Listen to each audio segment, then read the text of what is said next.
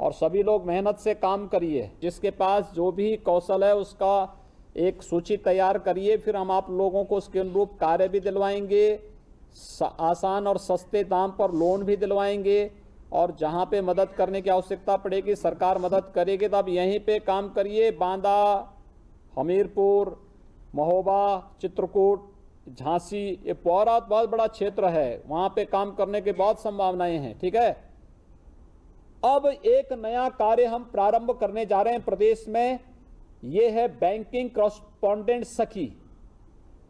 बहुत बड़ा कार्य है ये, यानी ये महिला जो स्वयंसेवी समूह हैं, इन्हीं में से किसी अलग अलग बैंकिंग कॉरेस्पॉन्डेंट सखी जो बनेंगी, ये बहुत बड़ा काम करेंगी। जिस गांव की होंगी उसी गांव की महिला बैंकिंग कॉरेस्पॉन्डेंट सखी अगर बनेगी तो वह गांव में पैसे के लेन देन को गांव में ही करवा देगी, बैंक जाने की आवश्यकता नहीं पड़ेगी। बैंक केवल बैंकिंग कॉरेस्पॉन्डेंट सखी ही बैंक के साथ उसका संबंध होगा, और ये जितना भी लेन देन होगा ये डिजिटल होगा।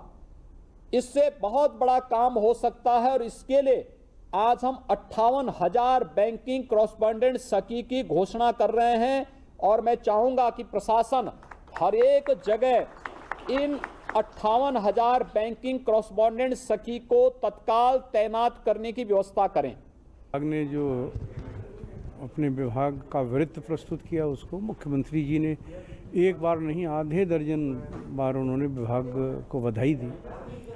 और चाहे मास्क हो, सैनिटाइजर हो, सोलर लाइट हो, स्वचालित वाहन हो, एग्रीकल्चर के इम्प्लीमेंट्स हो, इनपुट्स हो, ड्रेस का निर्माण हो, ये सब चीज़ें हैं। तो हमने उस स्वयं सहायता समूह के माध्यम से महिलाओं के उत्थान में बड़ा बेहतरीन प्रयास किया है। और जो सैनिटाइजर, मास्क और पीपी किट को हमने बनाया, वो इस देश के अन्य प्रदेशों के सापेक्ष उत्तर प्रदेश में एक नया कीर्तिमान स्थापित किया है।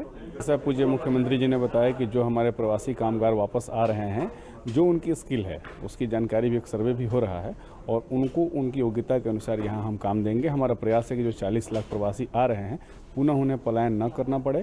सरकार बैंकिंग सेक्टर से भी उन्हें सहयोग करवाएगी, अगर उन्हें ट्रेनिंग की आवश्यकता होगी वो भी हम देंगे। पूरी तरीके से उनको हम रोजगार और व्यवसाय से यहीं जोड़ेंगे। प्रधानमंत्री नरेंद्र मोदी ने कहा है कि चक्रवाती तूफान अम्फान से सभी प्रभावितों की पूरी मदद की जाएगी और कोई कसर नहीं छोड़ी जाएगी। प्रधानमंत्री ने ट्वीट में कहा, एनडीआरएफ की टीम चक्रवात से प्रभावित क्षेत्रों में काम कर रही है। शीर्ष अधिकारी स्थिति पर करीबी नजर बनाए रखे हैं और पश्चिमी बंगाल सरकार के साथ करीबी समन्वय बनाकर काम कर रहे हैं। पीएम ने कहा कि चक्रवाती तूफान अम्फन के कारण पश्चिम बंगाल के नुकसान के दृश्य को देखा है। यह चुनौतीपूर्ण समय है, पूरा देश पश्चिम बंगाल के साथ एकजुट होकर खड़ा है। साथ ही पीएम ने लिखा कि मेरी संवेदनाएं ओडिशा के लोगों के साथ भी हैं, जहां राज्य चक्रवात अम्फन के प्रभाव से बहादुरी से मुकाबला कर रहा है। प्रशासन जमीनी स्तर पर काम कर रहा है ताकि प्रभावितों को हर संभव मदद पहुंचाई जा सके। उन्होंने लिखा कि मैं स्थिति की जल्द सामान्य होने की कामना करता हूं। नागरिक उड्डयन मंत्रालय ने 25 मई से शुरू हो रहे घरेलू उड़ान के बारे में विस्तृत जानकारी जारी की। इसके लिए रूट्स को 7 भाषाओं में बांटा गया है और 1/3 उड़ानों के साथ इसकी निगरानी शुरू होगी। नागरिक उड्डयन मंत्री हरदीप पुरी ने कहा कि यह व्यवस्था फिलहाल 24 अगस्त तक के लिए है। नागरिक उड्डयन मंत्रालय ने यात्रियों के लिए भी व्यापक दिशा निर्देश जारी किए हैं। यात्रियों को उड़ान से ठीक 2 घंटे पहले पहुंचना होगा। आरोग्य सेतु ऐप भी डाउनलोड करना जरूरी होगा। साथ ही इस मौके पर नागरिक उड्डयन सचिव ने बताया कि उड़ानों के लिए अलग अलग रूट्स पर न्यूनतम और अधिकतम किराया तय होगा। To a limited extent of the required and approved capacity of the summer schedule 2020 for operations from metro to metro cities.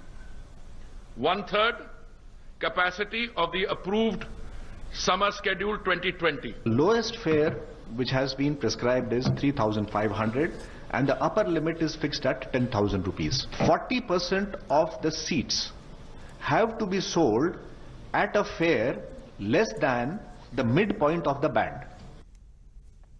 स्वास्थ्य मंत्रालय के अनुसार कोविड-19 के सक्रिय मरीजों की संख्या बढ़कर 63,624 हो गई है। इसी के साथ स्वस्थ होने वाले मरीजों की संख्या भी बढ़कर 45,299 हो गई। कोविड से भारत में अब तक 3,435 लोगों की मौत हो चुकी है। प्रदेश सरकार ने गुरुवार को होम क्वारंटाइन पर एक बड़ा फैसला किया है। सरकार ने आदेश दिया कि जो कोई क्वारंटीन की अवधि पूरी करेगा उसे सरकार की ओर से 1,000 रुपए की प्रोत्साहन राशि दी जाएगी। यह जानकारी गुरुवार लखनऊ में अपर मुख्य सचिव गृह अवनीश अवस्थी ने प्रेस कॉन्फ्रेंस में दी। उन्होंने बताया कि सरकार ने यह फैसला लोगों को प्रोत्साहित करने के लिए लिया है। अवनीश अवस्थी ने बताया कि 100 ट्रेनें कल पूरे प्रदेश में आई हैं। 15 लाख से ज्यादा लोग यहां आ चुके हैं, जो पूरे देश में एक रिकॉर्ड है। उन्होंने बताया कि सभी जिलाधिकारी से समन्वय बनाकर काम किया जा रहा है। बाराबंकी, गोरखपुर, बरेली, जौनपुर में अच्छा काम किया गया है। 1,000 से अधिक ट्रेन कल हमारी श्रमिक स्पेशल्स आ चुकी थी। पूरे देश में 50% से ज्यादा ट्रेन उत्तर प्रदेश में आई हैं और 100 ट्रेन कल जो है एक दिन में 102 ट्रेन जो है हमारे प्रदेश में विभिन्न प्रदेशों से पूरे देश से आई थी। आज जो है उस रिकॉर्ड को भी तोड़ते हुए लगभग 1,154 ट्रेनों में 15,27,000 से अधिक लोग शामिल करते हुए या तो ये ट्रेन आ गई है, लगभग 881 ट्रेनें आ गई हैं और 313 ट्रेनें ऐसी हैं जो या तो चल चुकी हैं या आज या कल तक चलकर परसों तक आ जाएंगी। तो 15,27,000 का आंकड़ा भी जो है बहुत जल्दी हमारे प्रदेश में अचीव हो जाएगा। मुझे बताने में खुशी है कि निरंतर एक मिनट मॉनिटरिंग करते हुए प्रदेश में जो है रेलवे डिपार्टमेंट से समन्वय बनाकर एक जिलाधिकारी रात भर जगकर हमारे प्लेटफॉर्म्स पर, रेलवे के प्लेटफॉर्म्स पर हर व्यक्ति को रिसीव करके सम्मान देकर, भोजन पानी देकर जो है उनका स्वास्थ्य परीक्षण कराकर उनको क्वारंटाइन सेंटर में भेज रहे हैं और क्वारंटाइन सेंटर में उनका जो है हर हालत में उनका डेटा कैप्चर करके, स्किलिंग कैप्चर करके उनको घर तक होम क्वारंटाइन भेज रहे हैं। निगरानी समितियों के उनका सहयोग ले रहे हैं। प्रमुख सचिव स्वास्थ्य अमित मोहन प्रसाद ने बताया कि प्रदेश में कोरोना के 2,130 एक्टिव केस हैं। अब तक जो ठीक होकर डिस्चार्ज हो चुके उनकी संख्या 3,099 है। उन्होंने बताया कि पिछले 24 घंटों में 360 नए कोरोना के मामले सामने आए हैं। हमारे प्रवासी मजदूरों के बाहर से लौटने के साथ केसों की संख्या भी लगातार बढ़ रही है। कोरोना की वजह से प्रदेश में 127 प्रकृति ने मनुष्य को जीने के लिए अनेक सारी सौगातें दी हैं, लेकिन धीरे धीरे समय बाराबंकी जिले के फतेहपुर ब्लॉक में कल्याणी नदी जो लगभग मृत प्राय हो गई थी, लेकिन महामारी के इस दौर में जब श्रमिकों को काम देने के लिए मनरेगा पर सरकार ने जोर दिया तो प्रवासी मजदूरों ने इस नदी को पुनर्जीवन देना शुरू कर दिया। मनरेगा से जुड़े इस काम के चलते श्रमिकों को मजदूरी भी मिल रही है और कल्याणी भी पुनर्जीवित होती दिख रही है। आइए देखते हैं हमारे संवाददाता आशुतोष शुक्ल की एक खास रिपोर्ट। प्रकृति ने मनुष्य को जीने के लिए अनेक सारी सौगातें दी हैं, लेकिन धीरे धीरे समय के साथ ये सौगातें कम होती गई। मनुष्य उन चीज़ों पर जाकर के निर्भर करने लगा जो प्रकृति से दूर थी और यही कारण था कि प्रकृति के जो वास्तविक जल स्रोत थे उन जल स्रोतों को धीरे धीरे या तो लोगों ने पाट लिया या उन्हें समाप्त प्राय कर दिया। ऐसी स्थिति में जबकि कोविड-19 का चौथा लॉकडाउन का चरण चल रहा है, अनेक श्रमिक जो है बाहर से चल करके गाँव में आ रहे हैं, अपने घरों को लौट रहे हैं। एक बड़े रोजगार की समस्या भी दिखाई दे रही है।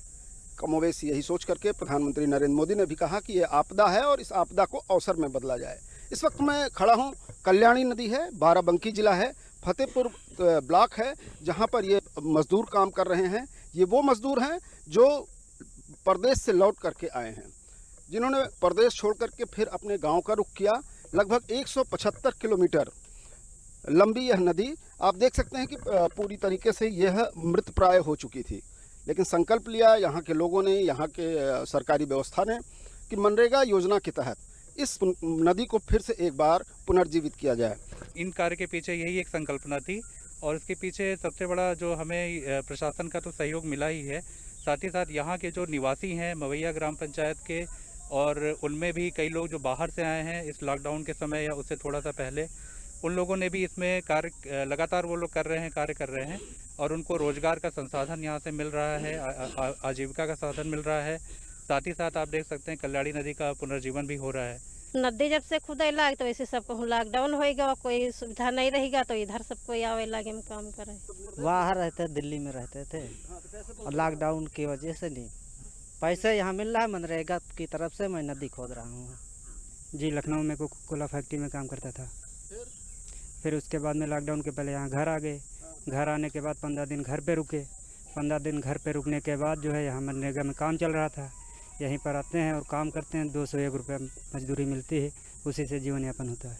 ऑटो चलाते थे, अब यहाँ काम मिल रहा गाँव में तो गाँव में कर रहे हैं। दिल्ली में रहते हैं, आने के बाद यहाँ घर पर हैं। काम यहाँ भी मिल गया है? काम यहाँ पे नरेगा मिल गया था, नरेगा करे थे। इतनी बड़ी आपकी साइट है, आप बता रहे हैं कि 450 से अधिक मजदूर काम कर रहे हैं। क्या कुछ गाइडलाइंस के हिसाब से आपने यहाँ कर रखा है? जी बिल्कुल, कोविड-19 के दौरान जो हम लोग को इंस्ट्रक्शन मिला है बहुत बृहद स्तर पे कि मनरेगा साइट पे जो भी कार्य हो उनमें सोशल डिस्टेंसिंग का अनुपालन कराया जाए मज़दूरों के बीच में। साथ ही साथ उनको मास्क दिया जाए, मास्क का प्रयोग करें सभी मज़दूर। तो आप देख भी सकते हैं यहाँ पे कि सभी मज़दूर मास्क का प्रयोग कर रहे हैं और साथ ही साथ सोशल डिस्टेंसिंग का भी अनुपालन कर रहे हैं। मौके पर सैनिटाइज़र भी उपलब्ध है जिसे समय समय पर सभी मज़दूरों को दिया जाता है हाथ सैनिटाइज करने के लिए। तो इन सभी व्यवहारिक जो निर्देश है वो हम लोग करवा रहे हैं। जैसा कि आप सब जानते हैं कि हम सब के जनपदों में और विशेषकर पूर्वांचल के जो जनपद हैं हमारे, वहाँ पे भारी संख्या में हमारे प्रवासी श्रमिक भाई दूर दूर से आए हैं, महाराष्ट्र से, गुजरात से, दिल्ली से, हरियाणा से और भी अन्य प्रांतों से।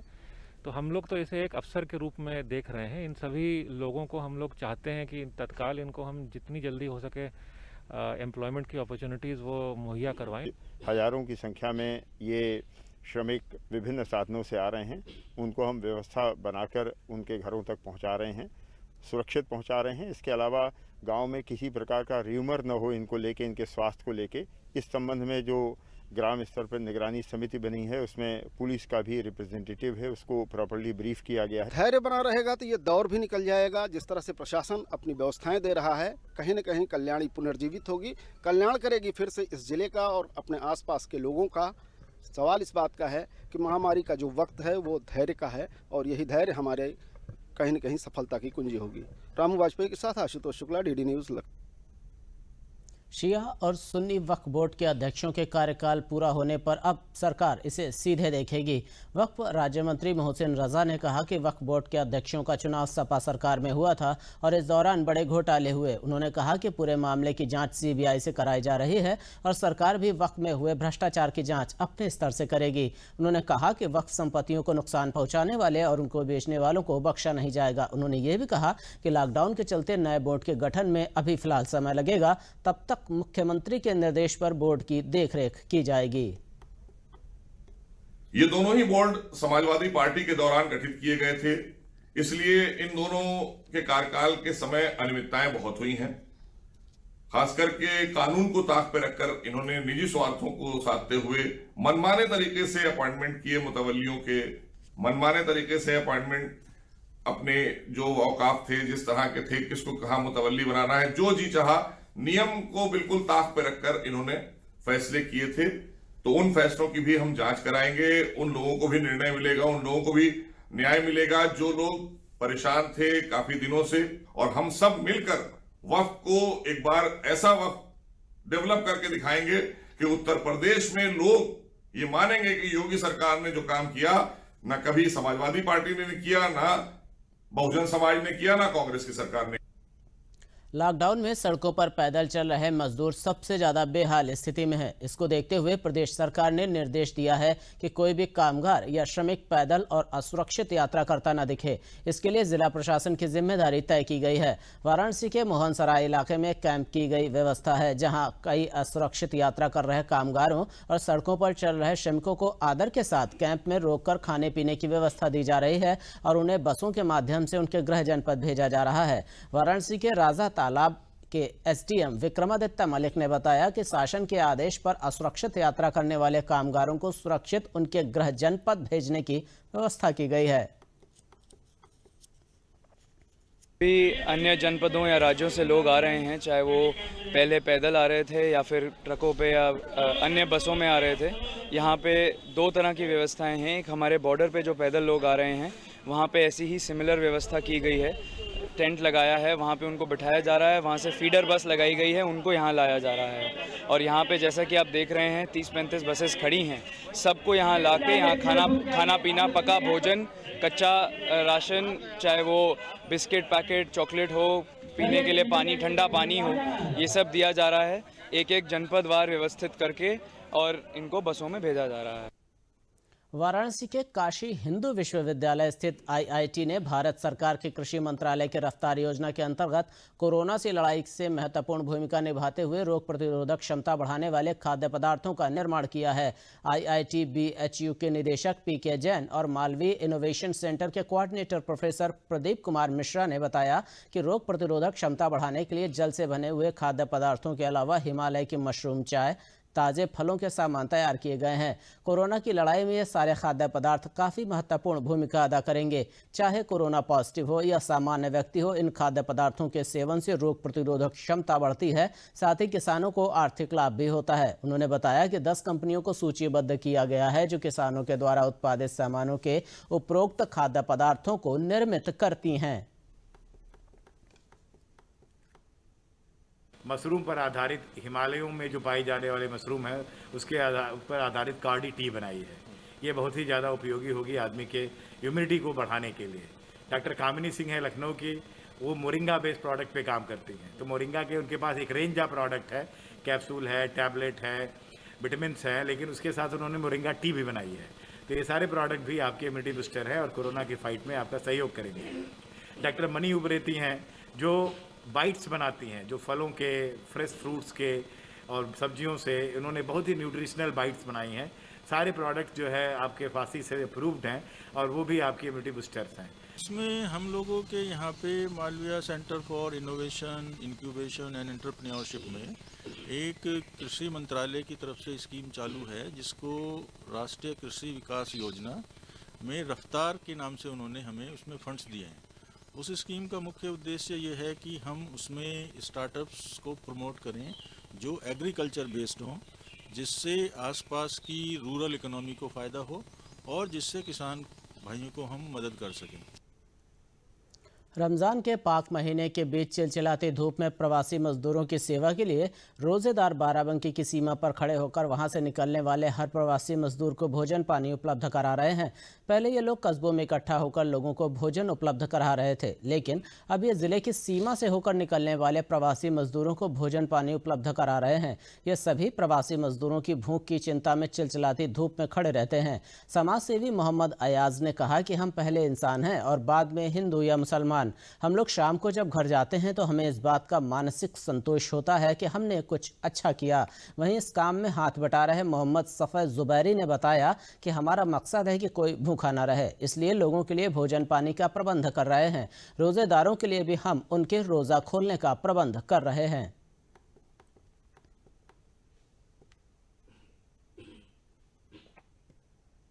जिस मुल्क में हम रहते हैं उस मुल्क का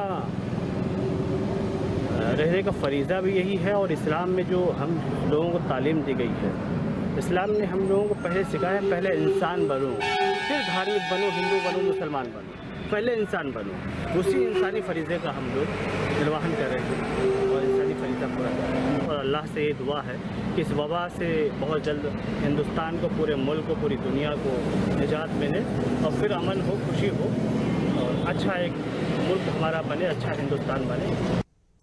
कोरोना महामारी के चलते विभिन्न राज्यों से आने वाले प्रत्येक प्रवासी मजदूरों के लिए सोनभद्र जिला मुख्यालय सहित चारों प्रांतों की सीमाओं पर प्रवासी राहत कैंप की स्थापना की गई है। राज्य सरकारों मध्य प्रदेश, बिहार, छत्तीसगढ़ और झारखंड से जुड़े जनपद सोनभद्र के प्रत्येक सीमाओं पर इन कैंपों के माध्यम से इन्हें सुविधाएं उपलब्ध करा रही हैं। इन कैंपों में आने वाले प्रवासी मजदूरों और कामगारों का परीक्षण करने के उपरांत प्रभावित प्राथमिक जांच भी की जाती है। साथ ही उन्हें समयानुसार नाश्ता और भोजन आदि भी उपलब्ध कराया जा रहा है। जिलाधिकारी एस राजलिंगम ने बताया कि 13 ट्रांजिट कैंप के माध्यम से अब तक करीब 10,000 प्रवासी मजदूरों को उनके घर तक पहुंचाया गया है। उन्होंने ये भी बताया कि कैंप में सारी सुविधाएं उपलब्ध हैं। आने वाले मजदूरों का पंजीयन और जांच के बाद उन्हें भोजन उपलब्ध कराकर उनके बताए गए पते के अनुसार बसों से उन्हें रवाना किया जा रहा है। कैंपों में आने वाले मजदूरों और कामगारों ने सरकार का धन्यवाद करते हुए कहा कि इन कैंपों में उन्हें पूरी सुविधा प्रदान की जा रही है और उनके घरों तक भेजने की भी व्यवस्था की जा रही है।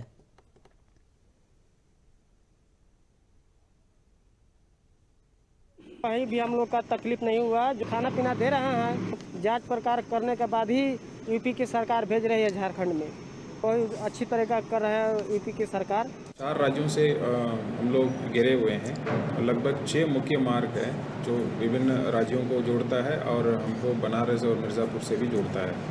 तो यहाँ 13 ट्रांसिट कैंप्स चल रहा है, जिसमें अब तक हम लोग 1 मई से लेकर अब तक करीब 8,000 लोग ट्रांसिट कैंप के माध्यम से होम क्वारंटाइन के लिए जा चुके हैं। जो बाहर से मजदूर आ रहे हैं, इनका हम लोग अभी पूल टेस्टिंग शुरू किए हैं। जैसे होम क्वारंटाइन में आते हैं तो थर्मल स्कैनिंग तो करते ही हैं, इसके अलावा जो अलग अलग लॉट बना के, जैसे कोई किस प्रांत से आ रहे हैं वहाँ के मजदूरों का लॉट बना के इनका पूल टेस्टिंग करा रहे हैं। लखनऊ के ग्रामीण क्षेत्रों में कोरोना ने अपनी दस्तक दे दी है। मलिहाबाद व माल क्षेत्र में 2 कोरोना पॉजिटिव मिलने से प्रशासन सतर्क हो गया है। उप जिलाधिकारी विकास कुमार सिंह ने बताया कि क्षेत्र में 2 कोरोना पॉजिटिव मिलते ही उस क्षेत्र को सील कर दिया गया। साथ ही क्षेत्र में टीमों को लगाकर स्वास्थ्य जांच कराई जा रही है। खंड विकास अधिकारी संस्कृता मिश्रा ने बताया कि पूरे ग्रामीण क्षेत्रों को कोरोना संक्रमण से बचाने के लिए पुनः सैनिटाइज किया जा रहा है।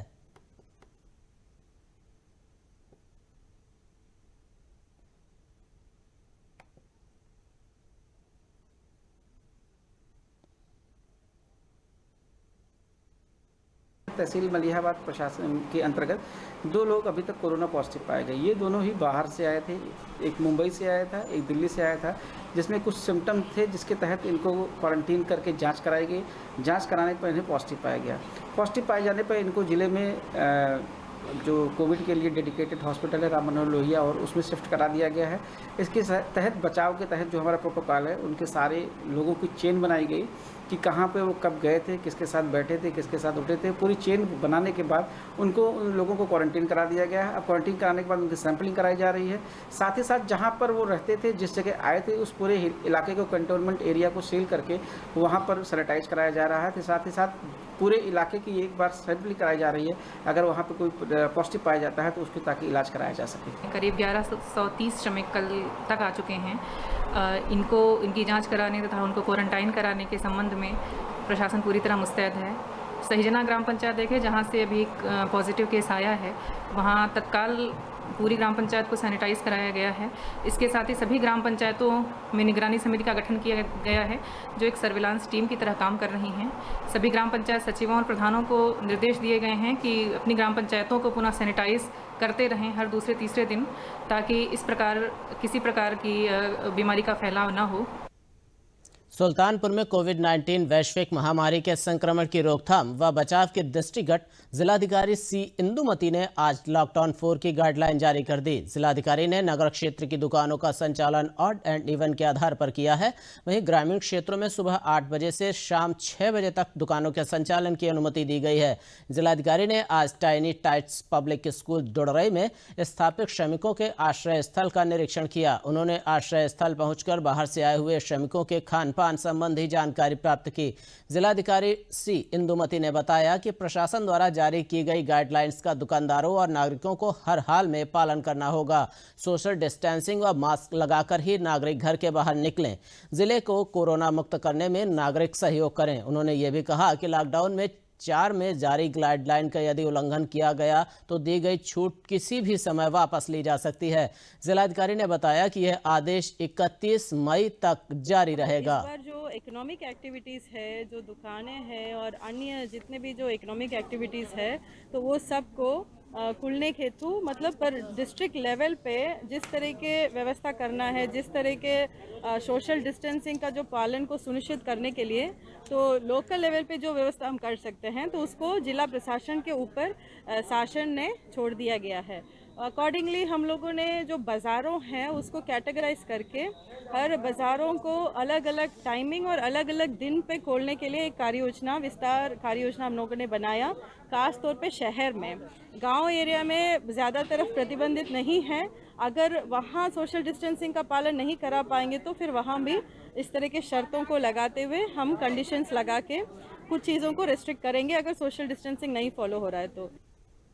फिरोजाबाद के टुंडा स्टेशन पर श्रमिक स्पेशल ट्रेन से आए मंडल के 160 प्रवासी मजदूरों को नाश्ता भोजन कराकर खाने के पैकेट व घर ले जाने के लिए 1 माह का राशन दिया गया। प्रवासी श्रमिकों की स्वास्थ्य विभाग की टीम द्वारा थर्मल चेकिंग करने के बाद सरकारी बसों से उनके घर भेजा गया। वहीं कलकत्ता के 26 प्रवासी मजदूरों को भी फिरोजाबाद से रवाना किया गया। सरकार द्वारा की गई व्यवस्था से मजदूरों के चेहरे पर खुशी है और प्रधानमंत्री व मुख्यमंत्री को वे धन्यवाद दे रहे हैं। 160 प्रवासी मजदूरों में फिरोजाबाद के 32 श्रमिक तथा मथुरा के 21, मैनपुरी के 75 श्रमिक शामिल हैं। आज हम लोग फिरोजाबाद बस स्टैंड में है, जहाँ हम लोग को यहाँ से घर जाने के लिए मथुरा भेजा जाएगा। वहाँ से हम लोग को मथुरा से ट्रेन पकड़ से कलकत्ता भेजने के लिए सरकार ने बंदोबस्त कर लिया है। और यहाँ का जो योगी सरकार है मोदी के हम लोग बहुत बहुत धन्यवाद जा रहे हैं। फोन करके बोला है जो पास जाने वाला है मथुरा के लिए, वहाँ से ट्रेन मिल जाएगा, वो लोग भेज रहे हैं। लॉकडाउन के कारण कंपनी बंद होने के कारण मेरा काम बंद हो गया। मैं पश्चिम बंगाल कोलकाता के रहने वाले हैं। मोदी सरकार योगी सरकार के कारण तहसील द्वारा भेजा जा रहा है। हम फिरोजाबाद बस स्टैंड पे हूँ, यहाँ से बस द्वारा मथुरा भेजा जाएगा। यहाँ परमिशन मिला है, हम मथुरा जाए, मथुरा से हम ट्रेन में कलकत्ता जाएंगे। अपने बच्चे लोग के साथ में अपना वो सब मिल जाएंगे, अपना सब परिवार एक रहेंगे। इसके लिए धन्यवाद दे रहे हैं मोदी जी को। लॉकडाउन के चलते यूपी बोर्ड परीक्षा की उत्तर पुस्तिकाओं का मूल्यांकन कार्य को पुनः शुरू किया गया है। रायबरेली रेड जोन होने के कारण यहां पर मूल्यांकन का कार्य 19 मई से शुरू हुआ। जिले में 4 मूल्यांकन केंद्रों में उत्तर पुस्तिकाओं का मूल्यांकन किया जा रहा है। रायबरेली के DIOS चंद्रशेखर मालवीय ने बताया कि जिले में 19 तारीख से शुरू हुए मूल्यांकन कार्य में लगभग 3 लाख उत्तर पुस्तिकाओं का मूल्यांकन किया जाना है। सरकार के दिशा निर्देशों के अनुरूप मूल्यांकन का कार्य किया जा रहा है। मूल्यांकन सेंटर GIC कॉलेज के व्यवस्थापक ने बताया कि कुल 11 कमरों में मूल्यांकन का कार्य कराया जा रहा है। सोशल डिस्टेंसिंग का भी पूरा ध्यान रखा जाता है। हैंड ग्लव्स, मास्क व सैनिटाइजर की व्यवस्था की गई है। वहीं उत्तर पुस्तिकाओं के मूल्यांकन कर रहे शिक्षकों ने बताया कि सुबह सर्वप्रथम प्रवेश के समय थर्मल स्कैनिंग के बाद हाथों को सैनिटाइज कर हम लोग मूल्यांकन करते हैं। इसके पश्चात साथ ही साथ 1 घंटा हाथों को सैनिटाइज किया जाता है और प्रत्येक व्यक्ति मास्क लगाकर ही मूल्यांकन का कार्य कर रहा है। का पालन कर रहे हैं। हमारे यहाँ 11 कमरों में मूल्यांकन 19 तारीख से प्रारंभ हुआ है और लगातार मूल्यांकन चल रहा है। फिजिक्स और केमिस्ट्री का भी हमारे जांची जा रही हैं। जैसे कोई एग्जामिनर हमारे गेट पे आता है, सबसे पहले हमारे डॉक्टर की टीम है, उनका टेम्परेचर नापा जाता है। अगर टेम्परेचर उनका मानक के अनुरूप है तो अंदर आते हैं। तो जितना भी सरकार की गाइडलाइंस दी गई हैं तो कोरोना से बचने के लिए तो अब हम लोग पालन करते हुए मूल्यांकन कार्य अच्छी तरह से हो रहा है। कोविड-19 के जो भी मानक बिंदु हैं सरकार के शासन के, उन दिशा निर्देशों के अनुरूप हमने सामाजिक दूरी का ख्याल रखा है। पूरे परिसर का सैनिटाइजेशन कराया है। पर डे ये कार्य होता है। हमारे परीक्षक 9:30 बजे रिपोर्ट करते हैं और उनके आने के पूर्व गेट पर ही डॉक्टरों की टीम उनकी थर्मल स्कैनिंग करती है। नॉर्मल सिचुएशन होने पर ही हम उनको अंदर जाने के लिए परमिट करते हैं। इसी के साथ समाचारों का बुलेटिन यहीं समाप्त होता है। मैं आपसे चाहूँगा फिलहाल इजाज़त। नमस्कार।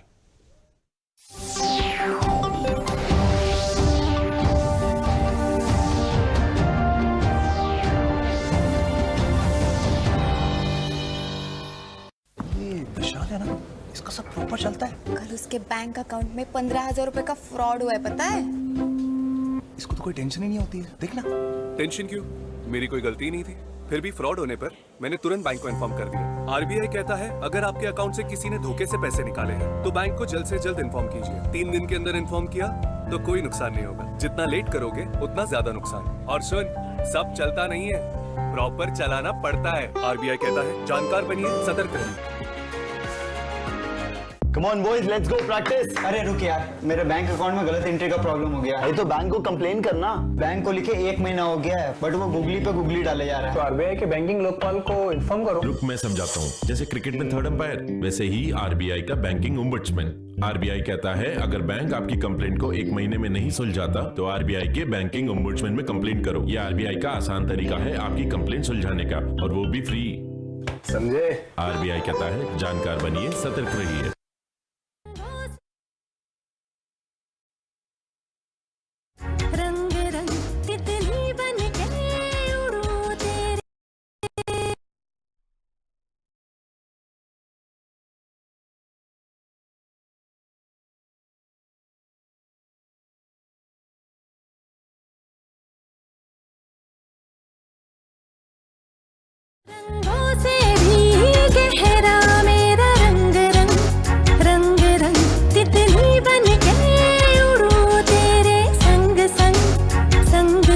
बदले से है मेरे रंग ढंग, लेकर बटे सारे अंग, तू मेरा जहान है। जीवन संगीत है, तभी तो घर